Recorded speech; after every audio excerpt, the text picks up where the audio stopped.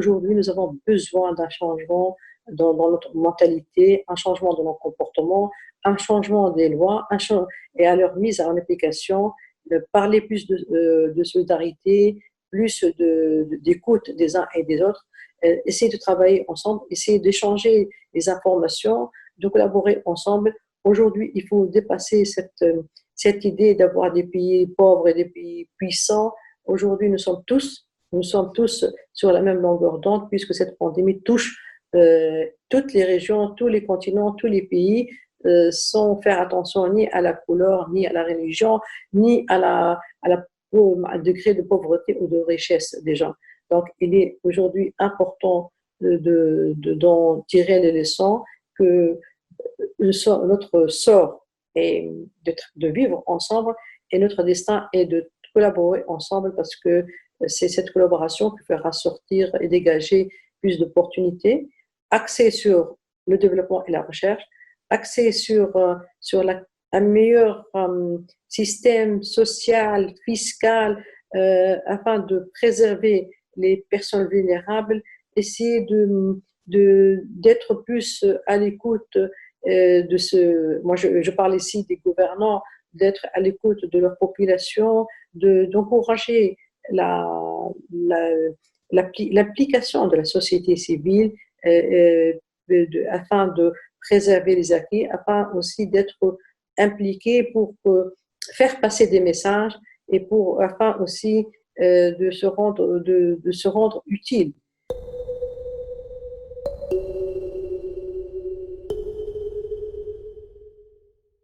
Il y aura beaucoup de changements. Ils n'ont plus le choix, ceux qui vont gouverner, ils n'ont plus le choix de gouverner de la même manière. Beaucoup de choses ont changé. Ils ont découvert que le système sanitaire, il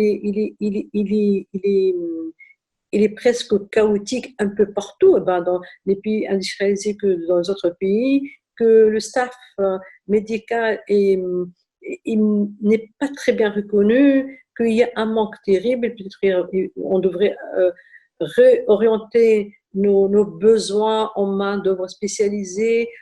Donc, il y a plusieurs métiers qui vont disparaître, il y a d'autres métiers qui vont les remplacer. Il faut repenser autrement à notre environnement, au changement climatique. Et puis, pour certains pays ou certains leaders qui refusaient d'y croire, aujourd'hui, c'est le moment ou jamais de dire, voilà, si on essaie de travailler plus proprement et d'opter pour des solutions plus propres, eh ben, on sera tous gagnants.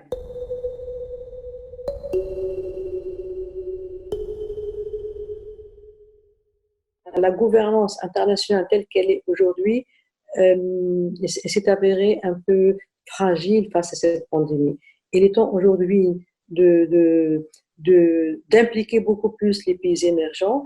Il est temps aussi d'être à l'écoute des pays qui sont en voie de développement et surtout les pays où les jeunes qui représentent pratiquement la majorité ou qui sont vraiment très dynamiques, très compétents. Ce changement aussi devrait avoir lieu dans la manière de repenser ce monde afin d'éviter tous ces conflits, afin d'éviter toutes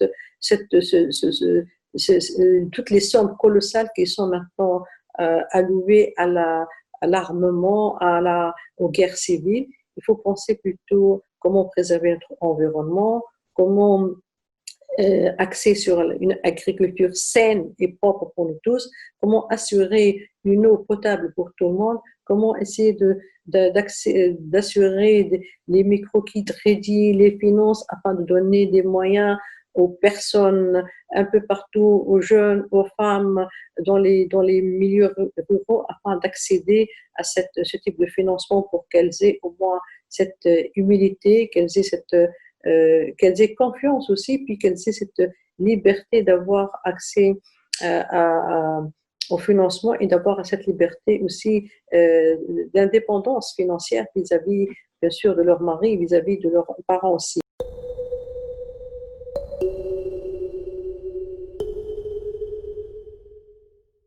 Aujourd'hui, on a bien appris la leçon que, premièrement, lorsqu'on est chez soi, on reconnaît beaucoup plus et on a plus du temps qu'on a consacré à la famille, donc on est beaucoup plus proche de ses enfants, de sa famille. C'est ce contact aussi qui nous manquait beaucoup, énormément, surtout pour les parents qui travaillent énormément et qui sont la plupart du temps qui sont absents. Ça nous a permis aussi d'être plus solidaires. On a vu les dons de solidarité un peu partout, surtout la société civile, pour aider les pauvres, pour offrir des repas, pour offrir des services aux personnes qui vivent toutes seules. Et moi, je le constate d'une manière très, très claire et très nette ici en Tunisie. Il y a tellement, tellement d'actions qu'on n'arrive pas à les dénombrer, des actions de la société civile pour aider les uns et les autres. Et aussi, ça nous a permis aussi d'être solidaires même vis-à-vis des pays étrangers. Nous avons vu que nous-mêmes, les Tunisiens, lorsque ce qui s'est passé en Italie, on a aidé par un staff médical. Ça démontre aussi euh, que lorsqu'il y a un malheur qui arrive un peu partout, eh ben, on peut retrouver l'ami, le voisin, la famille, le partenaire économique.